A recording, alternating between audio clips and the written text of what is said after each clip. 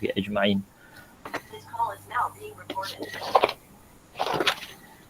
فالطرفان يتجاذبان في كل مسألة من هذا القسم، ولكن لما ثبتت التبعية على الجملة ارتفع توارد الطلبين عنه وصار المعتبر ما يتعلق بجهة المتبوع كما مر بيانه، ومن جهة أخرى لما برز التابع وصار مما يقصد تعلق الغرض في المعاوضة عليه أو في غير ذلك من وجوه المقاصد التابعة على الجملة. ولا ينازع في هذا أيضا، إذ لا يصح أن تكون الشجرة المثمرة في قيمتها لو لم تكن مثمرة، وكذلك العبد دون مال لا تكون قيمته كقيمته مع المال، ولا العبد الكاتب كالعبد غير الكاتب، فصار هذا القسم من هذه الجهة محل نظر واجتهاد بسبب تجاذب الطرفين فيه، والله أعلم. بسم الله الرحمن الرحيم. الحمد لله رب العالمين، والصلاة والسلام على أشرف الأنبياء والمرسلين وعلى آله وصحبه أجمعين.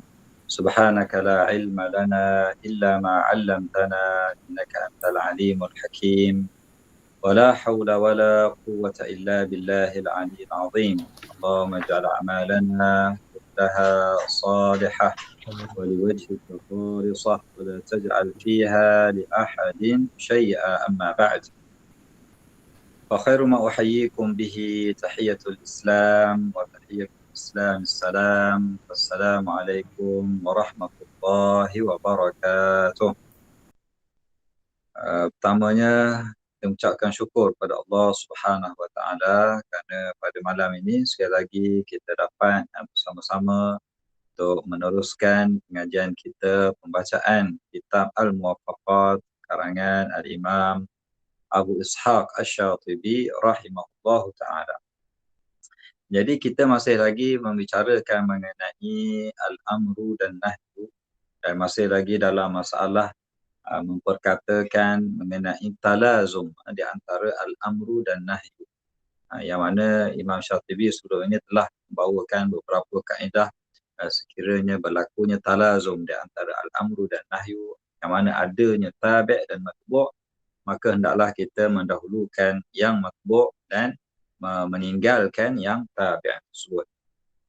Dan juga kita pada minggu lalu kita telah bincang satu lagi apa yang dinyatakan oleh Imam Asy-Syatibi di sini berkenaan dengan manafi' ar-riqab, di mana manafi' ar-riqab ini dibahagikan kepada 3 pembahagian. Bahagian pertama juga kita telah lihat sebelum ini, iaitu bahagian yang belum lagi berpisah manafi' tersebut dengan ainur riqab, ataupun satu barang tu masih belum nampak lagi, belum lam yabrus ilal fi'li la hukman wala wujudan, tak wujud lagi. Seperti contoh yang nyatakan di sini, pokok yang mana memang tak ada keluar buah lagi, ataupun haiwan yang belum dilahirkan lagi. Jadi yang ini dia tidak ada, manafi' itu masih tak ada, maka hukuman dia tak dikira lah, sebab manafi' itu masih belum nyata lagi. Itu yang pertama yang telah kita lihat sebelum ini. Yang keduanya, di mana dah ada istiqlal, di mana ain itu dia berdiri dengan sendiri dan manafi' dia juga berdiri dengan sendiri. Contohnya yang dinyatakan di sini seperti pokok yang dah ada buah dan buah tu dah terpisah lah daripada pokok tersebut. Jadi maka di sini setiap hukum tu ada, setiap barang itu, mana pokok tu ada hukumnya, buah dia dah berpisah dengan pokok tersebut. Maka itu jelaslah, tidak ada masalah. Jadi biasanya yang menjadi masalah ni yang ketiga yang kita tengah bincangkan pada hari ini, iaitu yang ketiga ni yang ada syaibain atau syaibatan ni. Maksudnya dia antara lah, dia masih tidak terpisah lagi, tapi dia masih lagi dengan yang asal. Maka di sini yang berlakunya ikhtilaf di kalangan para ulama yang nyatakan di sini fattarafanu yatajadzaban. Dua taraf ini dia saling tarik menarik. Yang asal tu dia kata tabi' dia, tapi dia tu dah hampir juga terpisah. Dia antara terpisah dengan tidak terpisah lagi. Maka di situ yang berlakunya khilaf di kalangan para ulama. Mana yang asal dia tarik sebagai tabiat dia, yang dia ni pun nak mustaqil pada diri dia sendiri. Walakin lama oleh kerana dia belum lagi maknanya berpisah secara 100%, maka dia akan berlakunya tabaiyah, ikut dia tu masih lagi kepada yang asal tersebut. Maka di sini berlakulah irtafa'at tawarud talabain, daripada dua taraf, yang pertama dan taraf kedua ni hilang kerana dia masih dikira sebagai tabaiyah. Yang dikira sebagai muktabarnya ma yata'allaqu bi jihatil matbu' kama marra bayanuhu, sebagaimana yang telah kita jelaskan sebelum ini. Sentiasa yang kita berikan tumpuan adalah kepada yang asal, yang matbu' itu yang kita ikut, bukan yang tabi'.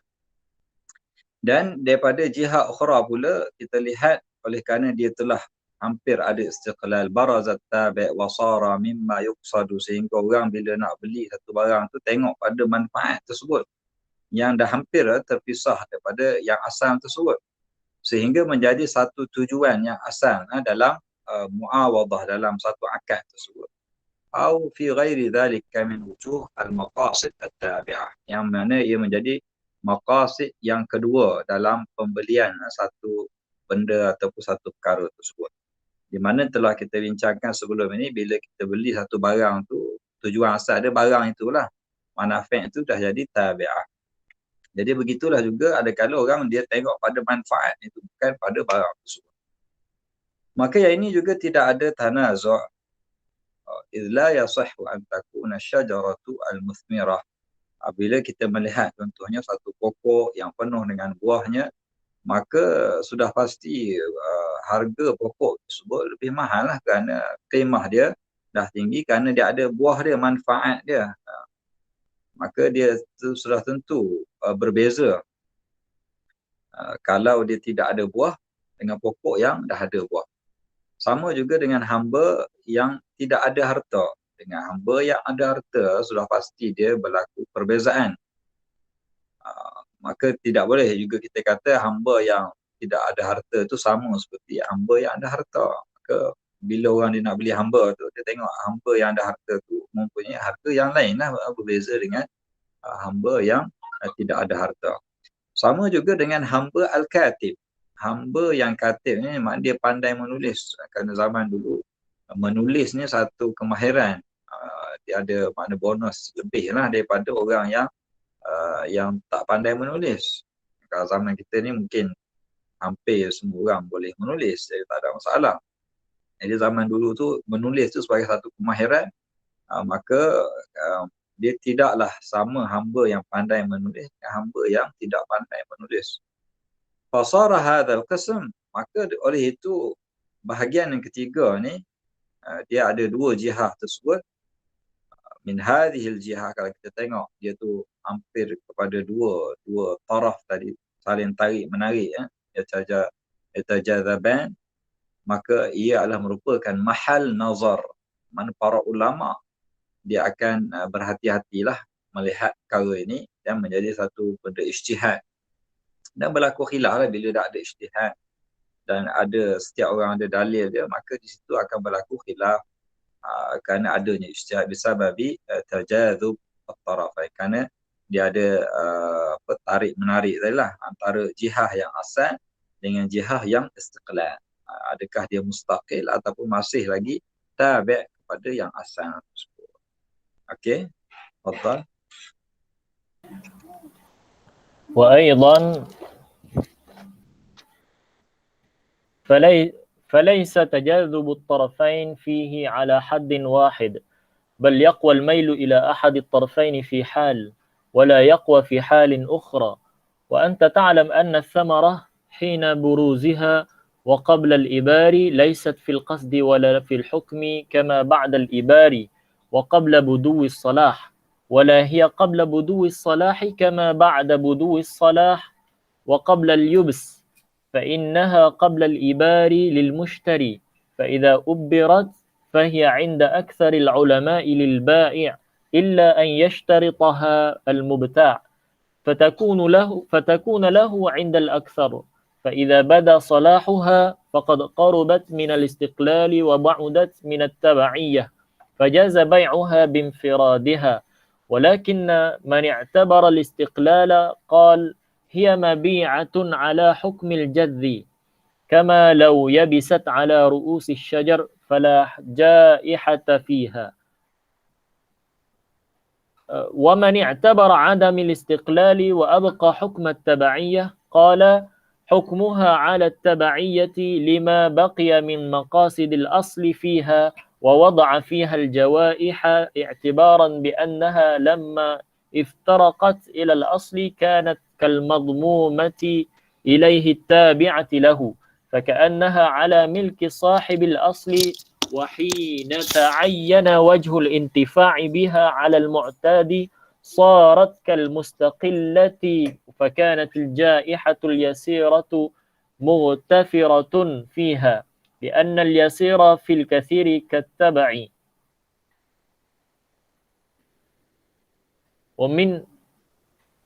ومن هنا اختلفوا في السقي بعد بدو الصلاح، هل هو على البائع أم على المبتاع؟ فإذا انتهى الطيب من الثمرة ولم يبق لها ما تضطر إلى الأصل فيه، وإنما بقي ما يحتاج إليه فيه على جهة التكملة من بقاء النضارة وحفظ المائية، اختلف هل بقي فيها حكم الجائحة أم لا، بناء على أنها استقلت بنفسها وخرجت عن تبعية الأصل مطلقا أم لا. فإذا انقطعت المائية والنضارة اتفق الجميع على حكم الاستقلال، فانقطعت التبعية. وعلى نحو من هذا التقرير يجري الحكم في كل ما يدخل تحت هذه الترجمة، والله أعلم. Barakallahu fikum, jazakallahu khairan.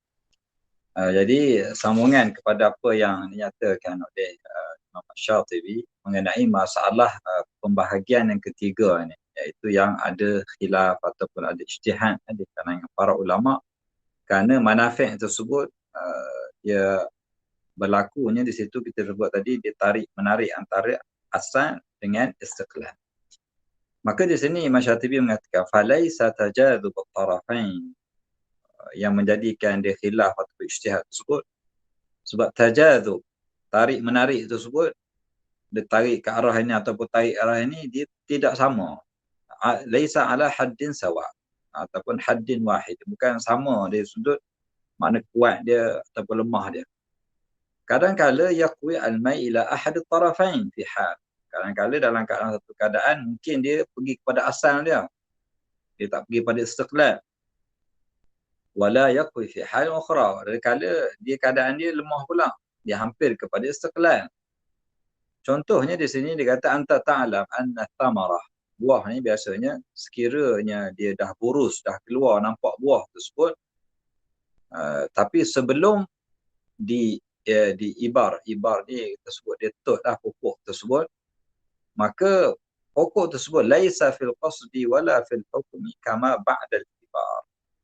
Makna pokok yang telah ditut ini pokok tamak lah biasanya. Ini maksudkan sini yang telah disiapkan untuk dia berbuah tersebut, dia tidaklah seperti pokok yang belum dibuat proses tersebut, proses ibar ini, dan sebelum nampaknya buah tersebut.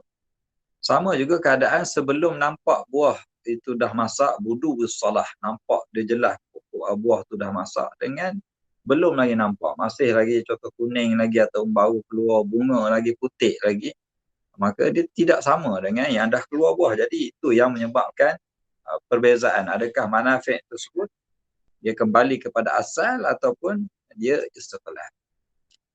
Seperti juga dia dah nampak masak tetapi dia belum lagi kering. Kalau pokok buah tamar, buah korma contohnya, yang dah kering tu dia dah mempunyai sifat yang istiqlal, dia tak perlu lagi kepada pokok tersebut. Mana dia dah masak sendiri dan dah selesai dah hubungan dia dengan pokok, mana dia dah ada istiqlal. Maka di sinilah fa innaha qabla al-ibar lil mushtari.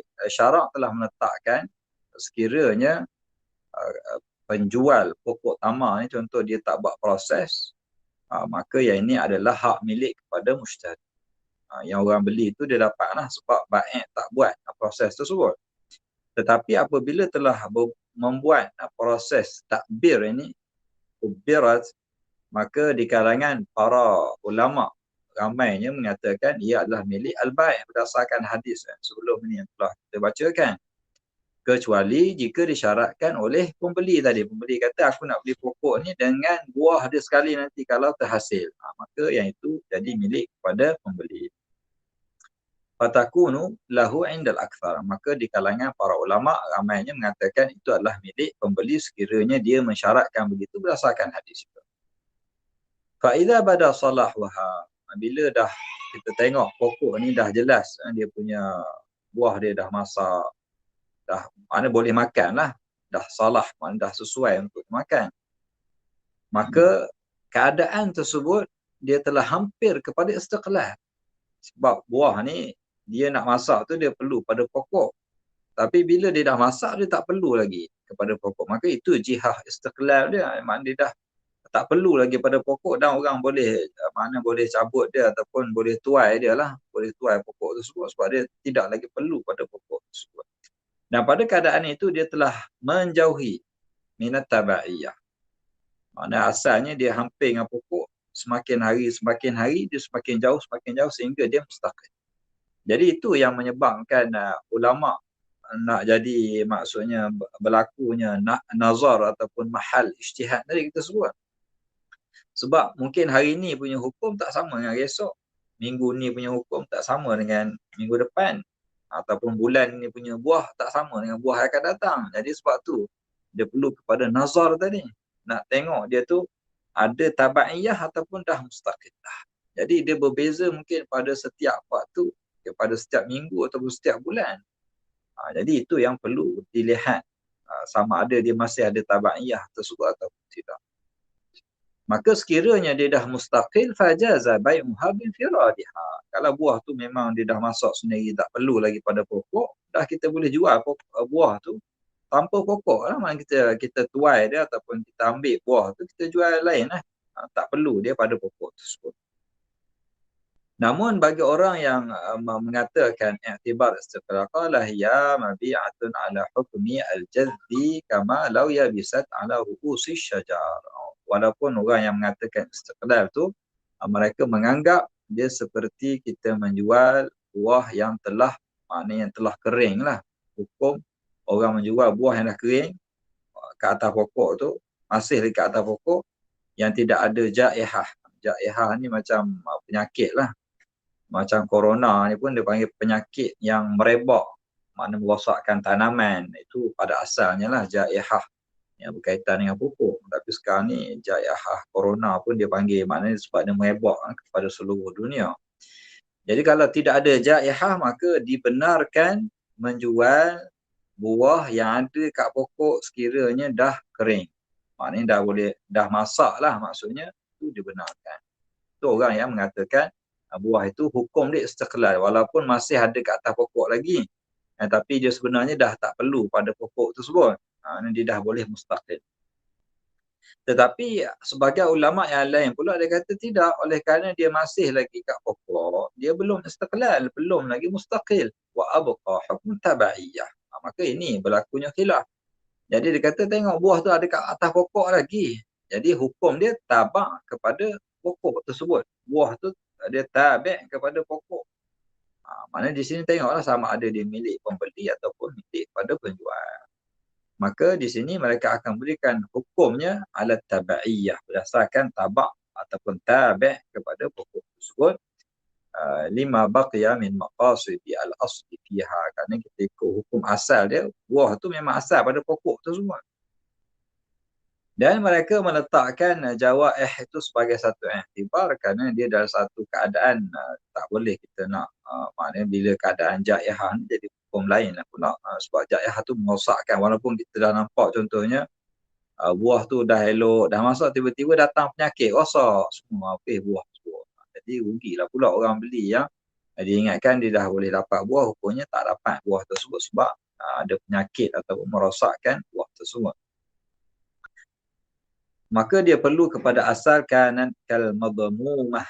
Dia seolah-olahnya di dhamkan, digabungkan dengan yang asal, maka dia kembali kepada tabi' kepada pokok yang asal, maka faka'annaha ala milki sahibil asl. Maknanya dia kembali kepada tuan asal pada pokok tersebut, seperti berdasarkan hadis tadilah. Selagi mana tidak disyaratkan oleh mushtari, maka dia adalah milik kepada penjual tersebut, milik asal pada pokok tersebut. Dan sekiranya telah ada ta'yin wajah intifa' biha ala mu'tad, sekiranya kita nampak pokok tu tidak ada jaihah, tidak ada apa yang mengganggu dia, maknanya kita boleh ambil lah buah tersebut tanpa ada masalah, maka hukum di situ dah jadi seperti kal mustaqillah. Tidak, hukum dia tidak lagi tabi' kepada pokok, tapi kita kata buah tu dah tak perlu lagi pada pokok, dia mustaqil. Maka jaihah yang sikit-sikit, penyakit sikit ni biasanya kalau kita ada buah satu pokok tu, adalah 2-3 buah ke yang rosak tu, biasalah, yasirah. Maka yang ni dimaafkan, tak dikira. Li'anna al-yasir fil kathir kattaba'. Benda yang sikit ni, kalau kita nak bandingkan dengan yang banyak tadi, buah yang banyak tu elok, maknanya kita kira elok semualah. Itu dimaafkan kalau sikit lah. Tapi kalau jaihah tu besar, maknanya sebor banyak benda habis rosak, itu jadi hukum lain pula. Wa min huna ikhtalafu, maka oleh itu kita mendapati para ulama telah berikhtilaf dalam menyiram saqi ini, menyiram pokok selepas nampaknya buah tersebut dah boleh ambil, dah masak lah. Budu ni bukan budu Kelantan tu, budu yang kita nampak lah, budu nampak. Kita nampak dia dah masak. Maknanya kalau kita tengok pokok tu, kita tengok tu nampak ni dah masak dah ni. Itu dia panggil budu lah, budu as-salah. Kita nampak dia dah boleh diambil ataupun hampir-hampir dah boleh nak ambil. Maka itu dia panggil budu. Jadi kalau dalam keadaan dia dah budu salah ni, adakah siapa jadi tanggungjawab, siapa pula nak menyiram? Sebab tadi baik dia dah jual, sekarang ni buah tu nampak dah macam masak dah. Itu yang menjadi khilaf. Tanggungjawab siapa? Adakah baik yang kena siram pokok ataupun pembeli dia pula kena siram pokok?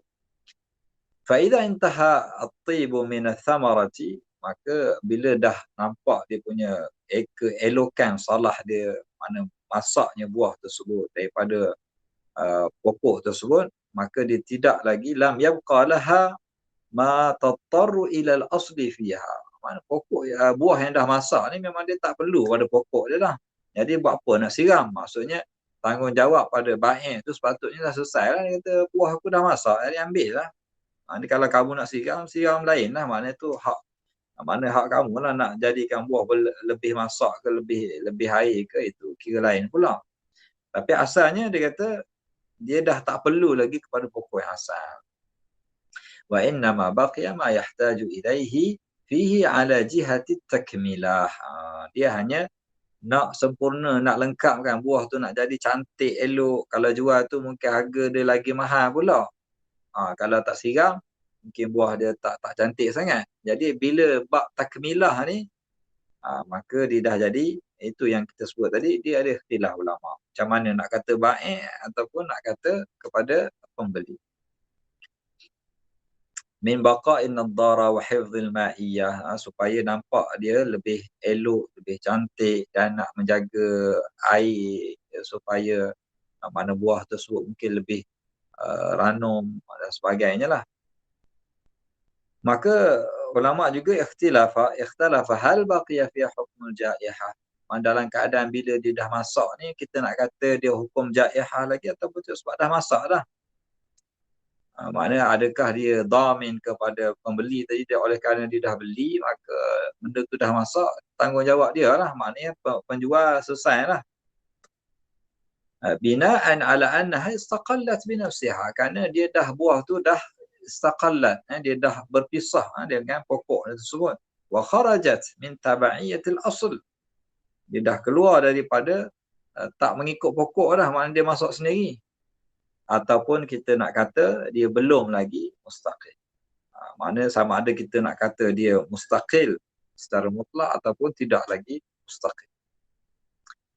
Maka sekiranya telah terputusnya al-ma'iyah wan nadarah, maknanya dari sudut penjagaan pokok tersebut dah selesai, makna buah tu dah boleh ambil, dah makan.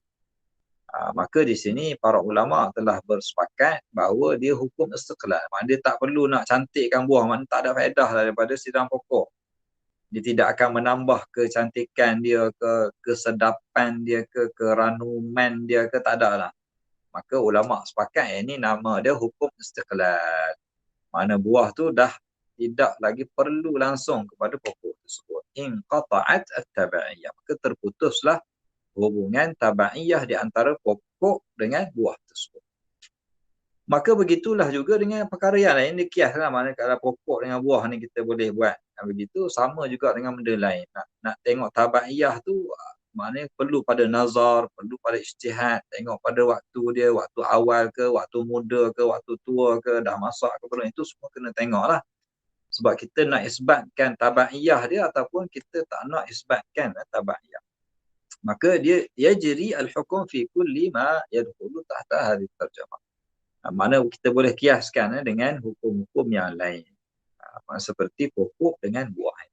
Kalau contoh sebelum ni dia bagi macam anak kambing ke anak lembu yang belum lahir. Kalau dah lahir mungkin dia perlu lagi pada ibu dia nak menyusu, itu dia masih tabaiyah. Tapi kalau dia dah besar dah tak perlu menyusu, maka dah mungkin hukum mustaqil.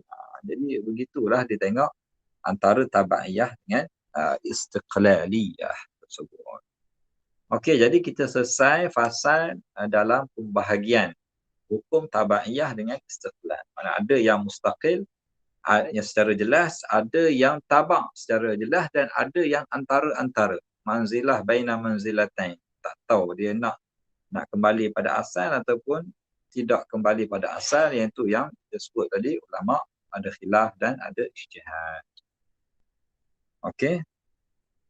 Tafadhal. فصل وعلى هذا الأصل تتركب فوائد منها أن كل شيء بينه وبين الآخر تبعية جار في الحكم مجرى التابع والمتبوع المتفق عليه ما لم يعارضه أصل آخر كمسألة الإجارة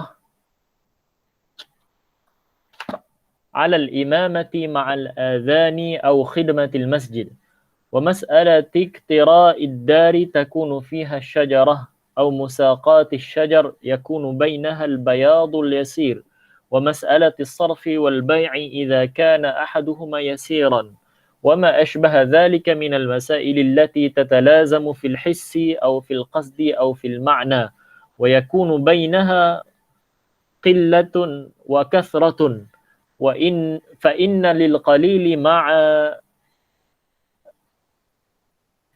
فإن للقليل مع الكثير حكم التبعية. ثبت ذلك في كثير من مسائل الشريعة وإن لم يكن بينهما تلازم في الوجود، ولكن العادة جارية بأن القليل إذا انضم إلى الكثير في حكم الملغى قصدا فكان كالملغى حكما.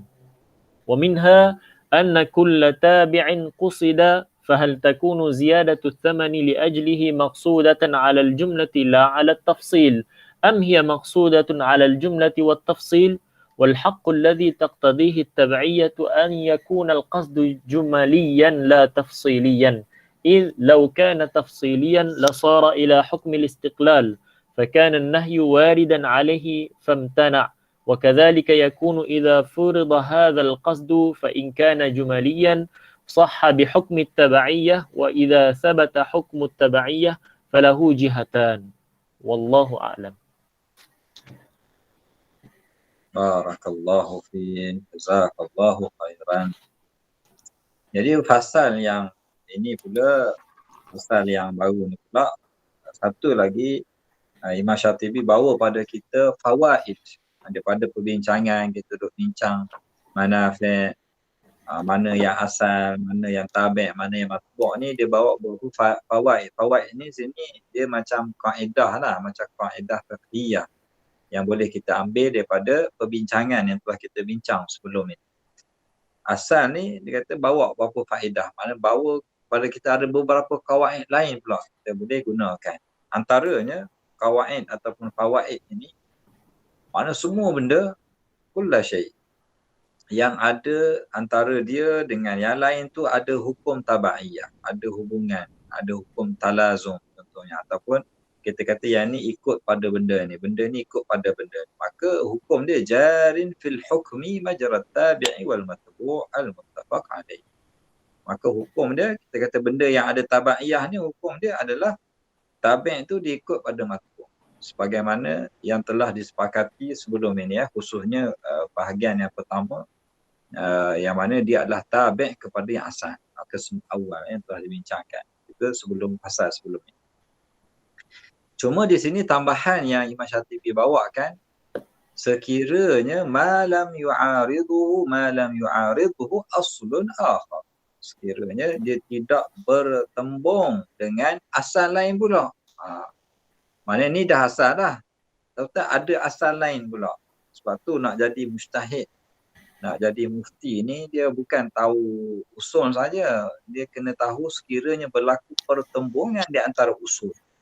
Usul contohnya usul istihsan bertembung dengan usul sadu dhara'i contohnya, ataupun usul al-urf. Jadi macam mana kita nak dahulukan usul mana satu kita nak guna. Jadi itu menjadi satu kemahiran pula, satu ilmu pula bagi seorang mufti atau mujtahid tu. Dia nak melihat kepada dalil, bukan hanya sekadar baca dalil ini hukum, sebab dia kena tengok banyak usul, banyak perkara yang perlu dia perhatikan. Jadi walaupun kita kata asal ni dah sahih dah, mana tabi' ni diikut pada matbu', tak ada masalah. Cuma ada beberapa masalah dia tabi' mungkin tak ikut kepada matbu' tersebut. Jadi bila tak ikut tu kerana dia ada asal yang lain. Contoh dibawakan ni kamas'alati al-ijarati lil imamah. Bayar upah untuk jadi imam. Mana kita bayar upah dia alal imamati. Mana kita bayar upah lah, maknanya imam tu diberi gaji lah, bahasa kita bayar gaji lah, maknanya imam dapat gaji. Sebab apa dapat gaji? Sebab dia jadi imam. Tetapi di sini dia ada tabak kepada imam tu ma'al adhani au khidmatil masjid. Dia bukan jadi imam saja. Dia ada tugas lain pula. Selain pada jadi imam, dia kena azan juga. Maksudnya dialah muazzin, dia jugalah imam, ataupun dia kena berkhidmat untuk masjid. Maknanya sapu masjid ke, bersih masjid ke, buat apa-apalah di masjid. Jadi bayaran upah gaji tersebut pada imam bukan hanya sekadar untuk dia jadi imam, tetapi adalah perkara yang lain-lain tadi. Jadi masalahnya di sini adalah para ulama dia kata tak boleh bagi upah kepada imam untuk jadi imam sembahyang fardu, kerana benda fardu ni tak boleh bayar upah. Macam kita lah, kita sembahyang zuhur. Sembahyang zuhur kita bayar upah. Kamu dah sembahyang zuhur kita bayar upah. Maksudnya benda wajib dia tak ada upah. Jadi dia jadi imam sembahyang fardu ni sepatutnya tak ada upah. Jadi sebab itu ulama dia masukkan sekali azan. Sebab azan ni dia bukan fardu, benda sunat. Jadi boleh bayar upah. Ataupun berkhidmat untuk masjid. Orang khidmat untuk masjid ni kita boleh bayar upah lah. Jadi di sini dia letakkan imamah, maknanya jadi imam dan ada tugas-tugas lain. Jadi di sini siapakah tabi' dia, siapa yang matbu', mana yang asal. Kalau ikutkan asal tu, contohnya lah dia jadi imam lah, itu jawatan dia yang rasminya, yang lain tu sampingan. Jadi kalau kat sini dah macam terbalik, sebab nak bayar upah imam tak boleh, maka dia dikira mengikut azan tersebut, khidmat dia ataupun khidmat dia pada masjid ataupun azan dia itu yang diberi upah. Jadi imam tu macam dah jadi sampingan saja bagi dia. Jadi jawatan dia sepatutnya Bilal ataupun jadi Siyak, tapi tulisnya imam. Sebab apa? Imam tu tak boleh bayar upah. Jadi upah pada muazzin ataupun kepada Siyak tersebut yang boleh diberikan. Jadi tabi' dan matbu' tersebut tengok mana sikit dan mana banyak. Dan juga ulama melihat kepada dari segi macam jadi imam ni biasanya sembahyang fardu ni sembahyang 5 minit atau 10 minit habis dah.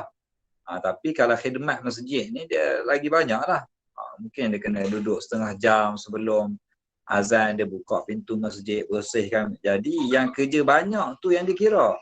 Kerja yang sikit ni dia kira sampingan. Jadi imam tu dah jadi tabi' kepada khidmah. Bukan imam tu yang asal. Jadi oleh kerana dia yasir sikit, maka dia ambil pada hukum yang banyak, maka oleh itu ulama kata boleh bagi upah kepada imam yang diberikan gaji untuk buat kerja lain sekali. Itu masalah dalam imamah. Sama juga dengan masalah iktira' ad-dar. Makna dia sewa rumah, tapi rumah tu ada pula syajarah. Fiha syajarah. Biasa kalau kita sewa rumah kat desa Anggerik ke, dalam rumah tak ada lah pokok, tapi kat luar rumah ada lah pokok kan. Tapi kalau contoh dekat Morocco, kat Andalus, dia dalam rumah tu ada pokok. Sebab dia macam mana bentuk rumah dia tu, dia macam dinding lah. Dinding lepas tu tengah-tengah tu dia macam ada sahah ni panggil apa, tempat lapang, ruang lapang. Jadi kat situ ada pokok dalam rumah. Halaman. Jadi halaman tapi dalam rumah. Dia bukan kalau macam kita halaman di luar rumah. Dia halaman tu dalam rumah. Mana rumah tu yang mengelilingi halaman tu semua. Kalau kita tu halaman depan rumah, mana kat luar rumah. Yang ni dekat dalam rumah. Ya. Jadi kalau pergi Morocco adalah nampak masjid tu, dalam masjid tu ada pokok, dia ada halaman, dalam masjid tu ada pokok sebagainya. Jadi kalau orang sewa pokok tu, contoh sewa rumah tu, dalam tu ada pokok. Jadi pokok tu macam mana, apa dia tabi' kepada rumah ataupun macam mana? Sama juga dia, adakah dia oleh kerana dia sewa rumah tersebut, dia kena siram pokok tu sekali, musaqatis syajar. Dia pula kena mandah oleh kerana dia sewa pokok, dia kena siram supaya pokok tu boleh hidup dengan baik dan elok, supaya rumah tu dijaga dengan baik, contohnya lah. Jadi di sini dah jadi tabi', pokok tersebut dia tabi' kepada rumah tersebut, walaupun kalau kita ikutkan dia asalnya mustaqil, maknanya pokok lain, rumah lain, tapi oleh kerana dia dah dalam rumah tersebut, maka dia mendapat hukum tabi' juga di situ. Kerana dia sikit lah, maknanya yang besarnya bukan pokok, yang besarnya rumah. Pokok tu mungkin 1 ataupun 2 pokok je. Jadi yang yasir ni, yang qalil ni, dia akan ikut pada yang kathir. Okay. Dan sama juga dengan masalah tu sarf wal bai'. Asalnya sarf dan bai' ni dia tak boleh. Mana sarf ni kita exchange kita tukar mata wang lah, sarf. Dirham, dinar contohnya, itu sarf. Bai' ni kita jual beli lah, kita ambil barang, kita bayar duit. Tetapi ulama kata boleh sekiranya sikit. Dia bukan tujuan asal dia nak sarf tu, maknanya dia nak lengkapkan ataupun nak beli barang. Contohnya lah, kita kata nak beli barang tu harga dia 990. Jadi dia beli barang tu dengan sedikit tambahan, macam mana zaman dulu lah, secara khususnya mungkin sarf tu payah sikit, jadi dia tambah sekali. Dia beli barang, macam contoh tu dia ada bagi contoh, tengok tu dalam bab sarf.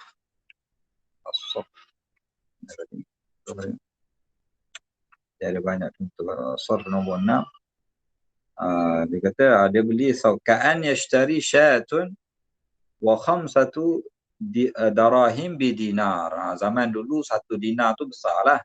Mana berapa 20 dirham ke. Jadi harga kambing tu contoh tak cukup 1 dinar, kurang pada 1 dinar sikit. Dia bayar 1 dinar tapi dia dapat sarf. Jadi sarf itu ada berlaku bai' dengan sarf dalam masa yang sama. Jadi ulama kata sarf ni dia bukan qasdan tapi dia tabi', yasir, benda sikit maka dibenarkan. Walaupun pada asalnya tidak dibenarkan, maka mengikut kaedah ni ia dibenarkan. Dan begitu juga dengan contoh-contoh yang wa ma asbaha dzalika min al-masail. Masalah-masalah yang lain yang ada talazum fil hissi, sama ada secara benda yang boleh dipegang ataupun secara maknawinya, yang mana yakunu bainaha qillatun wa kathrah, ada sikit ada banyak. Maknanya ada benda tu ada yang banyak ada yang sikit. Maka kaedah ni kita kata fa inna lil qalili ma'a al kathrati, fa inna lil qalili ma'al kathrati hukm tabaiyah. Maka qalil, benda yang sikit ni kita ambil hukum yang banyak lah. Mana hukum banyak tu yang kita gunakan, bukan kita ambil hukum yang sikit. Jadi benda yang sikit ni maksudnya dia ikut hukum yang banyak tersebut.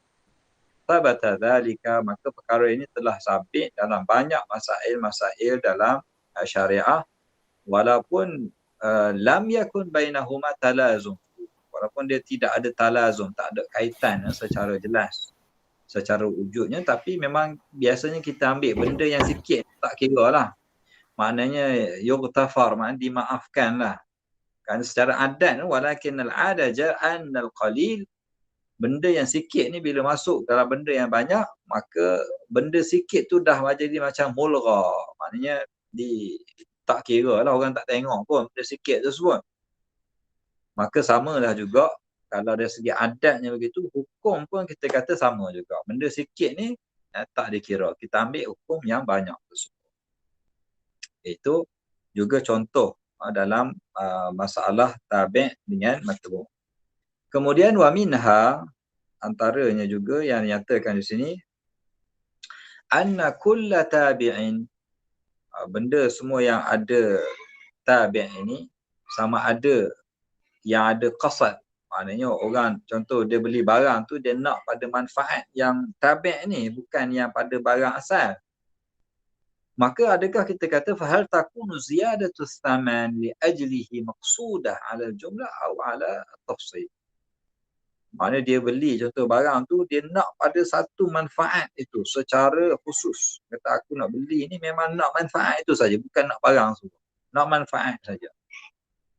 Kerana dia qasad dia memang itu. Maka adakah kita nak kata yang ini dia boleh tapi secara jumlatan, bukan secara tafsir. Tak kata aku nak manfaat ni, tak boleh, dia nyatakan secara tafsir. Am hiya maqsud al-jumlati wa tafsir, ataupun boleh kita kata dia memang dia boleh secara jumlah boleh, secara tafsir pun boleh.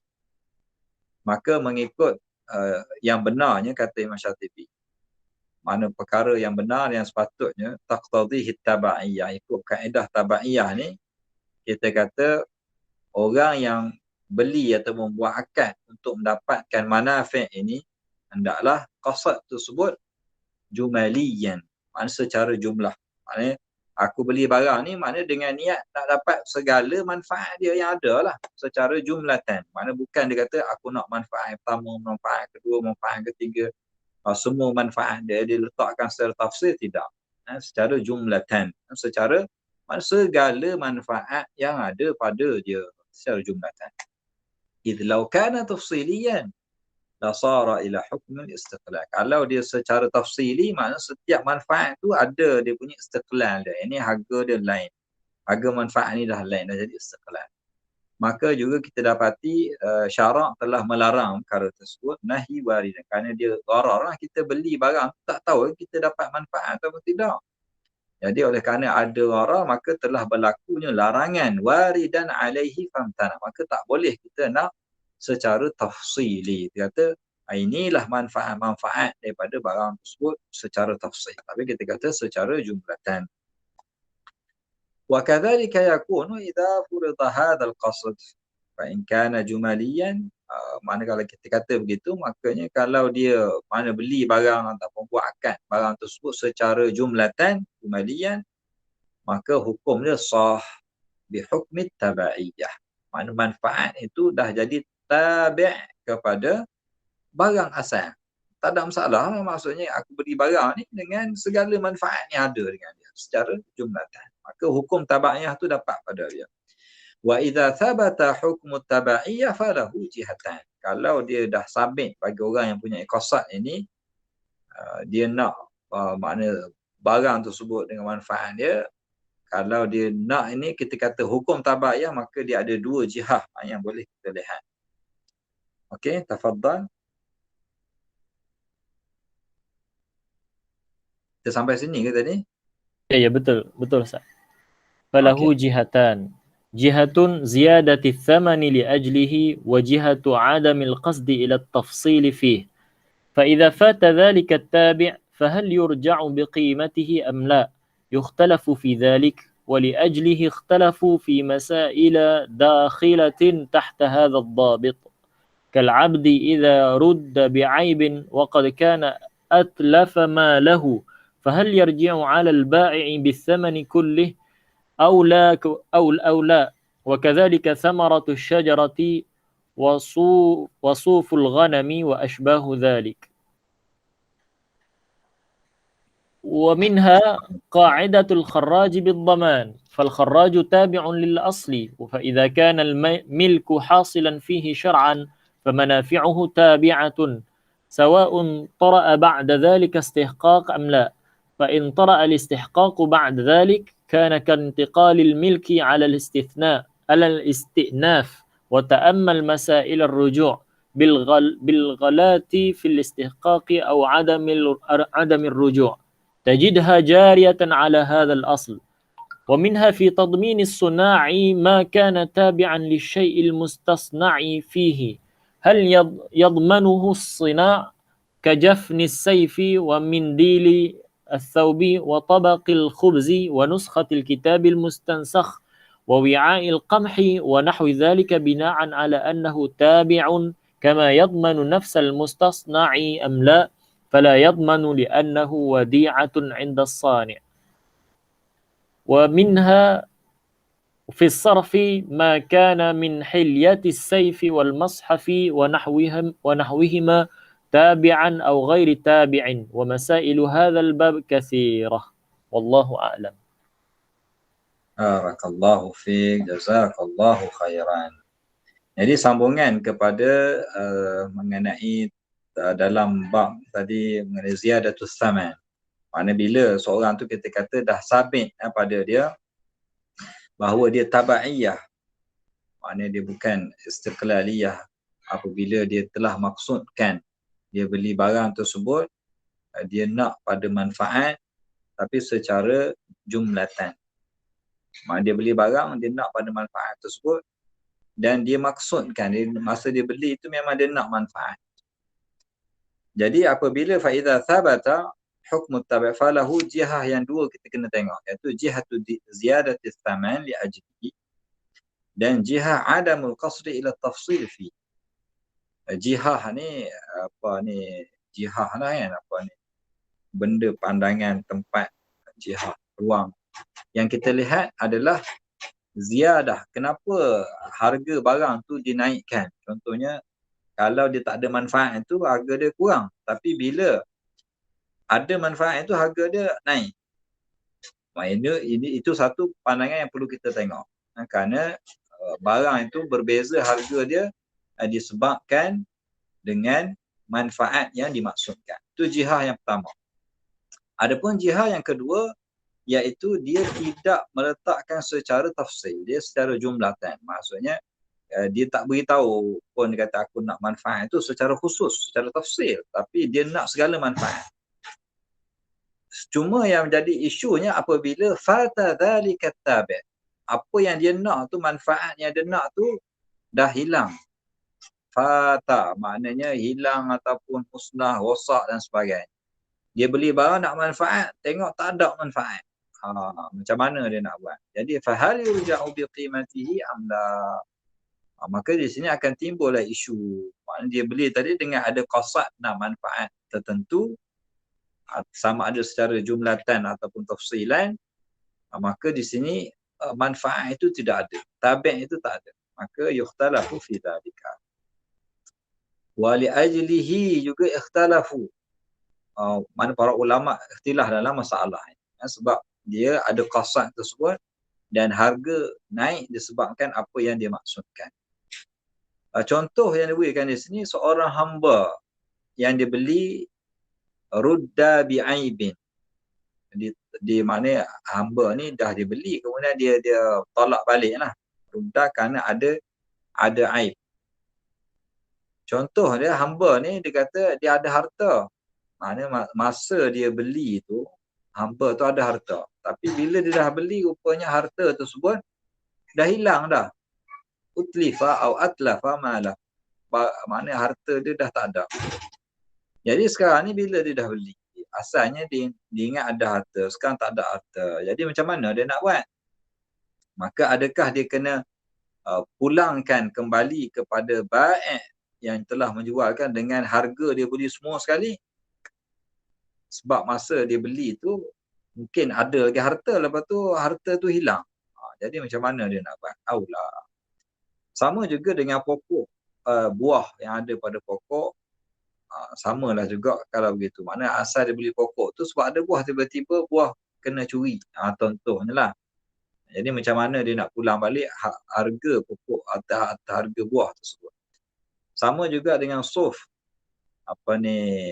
Suf bulu lah. Bulu kambing lah. Bulu kambing contohnya. Dia beli kambing tu tengok banyak bulu. Lepas tu dah tak ada bulu. Contohnya jadi botak pula. Tak tahulah kambing tu sakit ke apa sebagainya. Jadi macam mana dia nak buat? Nak pulang balik. Ataupun dia dengan harapan ataupun dengan niat dia nak beli kambing yang penuh dengan bulu tapi dapat tak ada bulu. Jadi macam mana dia nak buat? Jadi itulah di antara contoh-contoh yang menyebabkan berlakunya khilaf di kalangan para ulama. Kemudian juga di antara fawaid dalam masalah ini, kaedah al-kharaj bid-dhaman ini adalah tabi' pada asal. Maknanya barang yang kita ambil, sama ada orang tu rampas ke ambil, pinjam, pegang, maksud dia jadi dhaman pada dia lah. Kita ambil harta orang, pinjam harta orang, itu kita kena tanggung dhaman tersebut. Maka di sini fa'idha kana milku hasilan fihi syar'an, kalau dia tu jadi milik dia secara syar'an, maka segala manfaat dia tabi' dapat pada dia lah. Sama ada berlakunya kepada dia istihqaq selepas dia dapat, memang dapat harta tersebut ataupun tak dapat. Sekiranya dia dapat istihqaq ba'da zalika, maka intiqal pemilikan tersebut secara istinaf, maksudnya sambung. Sebelum ni dah dapat, kita sambung balik. Ini contoh ni diberikan macam orang yang sepatutnya dia dapat harta pusaka, tapi dia ambil awal. Jadi segala manfaat tu adakah dapat pada dia tabi' pada mula-mula dia ambil sebelum dia dapat, dia ambil awal lah harta pusaka dia. Kemudian dia jadi waris, dia dapat pula harta tersebut. Itu juga di antara perkara yang dibincangkan dalam masalah ini, iaitu rujuk bil ghallat fil istihqaq atau adamir rujuk. Yang ini juga berdasarkan pada kaedah tabaiyah yang dijelaskan oleh Imam Syafi'i. Dan juga di antara contoh yang lain dalam bab jaminan bagi orang sunnah, orang yang buat kerja lah, buat apa tukang ke pembuat apa pencipta apa sunnah sanik ni yang buat lah. Dia buat apa-apa lah, pertukangan ke buat apa-apa sajalah. Contoh yang akan diberikan nanti. Adakah dia kena dhaman, kena jamin semua benda yang berkenaan dengan apa yang diminta untuk dia buat tersebut, barang kena buat. Adakah dia kena dhaman tersebut as-sani' ataupun tidak? Mana dhamin tu kalau benda tu hilang ke contohnya, adakah dia yang kena dhamin ataupun tidak? Contoh dia sarung pedang, jufan as-saif. Saif ni asalnya saif lah, tapi yang tabi' pada saif sarung dia. Jadi kalau sarung dia hilang, siapa nak tanggung? Itu juga dibincangkan. Kemudian mandil thawb. Zaman dulu kalau dia beli apa ni, thawb, beli kain ni, dia akan balut dengan mandil. Mandil ni macam kain bungkus lah. Zaman sekarang kita guna plastik lah, bungkus-bungkus. Kan, pergi pasar raya tu ada bagilah, pergi Maidin, dia bagi plastik dia atau pack plastik tu. Jadi adakah mandil itu pun dikira sekali ataupun tidak? Sebab dia tabi' pada barang tu, maksud dia jual tu kain sekali dengan bungkusan dia. Jadi bungkusan itu dia guna mandil lah, mungkin kain percul ke kain sebidang kain. Jadi kalau hilang kain tersebut, siapa nak ganti? Itu juga dikirakan. Tabaqul khubz. Biasanya kalau kita tengok kat negara Arab ni, kalau kat Morocco lah contohnya, bila dia hantar roti ni ke Farran. Apa ni Farran ni, tempat bakar roti itulah. Dia ada tabak dia ada macam pinggan letak, bukan pinggan bekas lah, dia letak khubz tersebut. Sekarang ni bekas tu hilang. Jadi siapa nak tanggung bayar balik bekas semua, sebab dia tabik pada khubz. Khubz tu contohnya ada tapi tabak dia tak ada, pinggan tak ada. Ataupun orang yang kerja dia menyalin buku. Zaman dulu tak ada photostat, tak ada kilang nak cetak buku ni, jadi hantar kat nasikh, tolong apa, dia tolong salin semula buku. Rupanya buku hilang. Jadi siapa nak tanggung balik jamin buku tersebut. Dan sama juga dengan bekas kepada gandum dan semua contoh-contoh yang lain. Bina'an ala annahu benda tu sebut dikira tabi' pada benda yang asal. Maka kama yudmanu nafsul mustasna amla, ataupun dia tidak dikira. Maka di sini kata Imam Syatibi, dia tidak menanggung apa-apa perkara tersebut. Dia tidak menanggung walaupun dia tabi', tapi di sini kaedah ni dia tidak menanggung dhaman tersebut. Kerana apa? Kerana dia jadi macam wadi'ah inda sa'ni. Wadi'ah ni dia tidak ada dhaman. Mana dia amanah, dia dah jaga, dia tidak ada taksir, tapi boleh hilang juga. Nak buat macam mana? Mana dia dah melakukan segala usaha dia untuk jaga barang tersebut, tapi boleh hilang juga. Jadi dia tak salah dia. Maka syarak tak mewajibkan pada dia untuk menggantikan barang tersebut. Dia tidak ada jamin. Tidak sian dia lah, semua orang letak barang kat dia, lepas tu hilang, dia kena tanggung, sedangkan dia tak buat apa pun. Jadi syarak dia meraihkan keadaan. Dan contoh yang terakhir dibawakan di sini dalam bab sarf.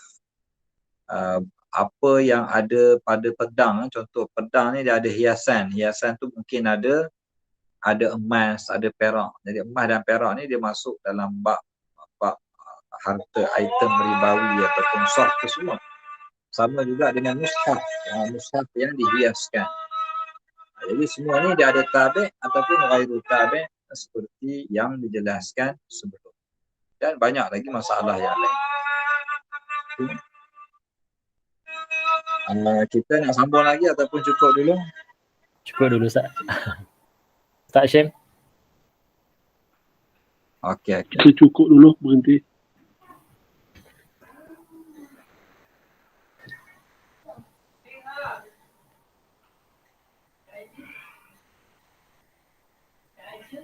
Jadi tak ada soalan. Semua boleh faham Alhamdulillah.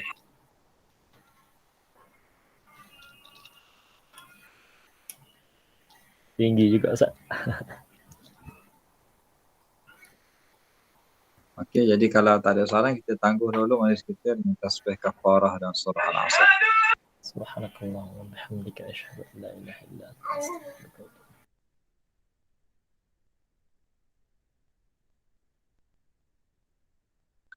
Assalamualaikum warahmatullahi wabarakatuh. Syukran jazilan, terima kasih Ustaz. Assalamualaikum warahmatullahi wabarakatuh. Terima kasih Ustaz.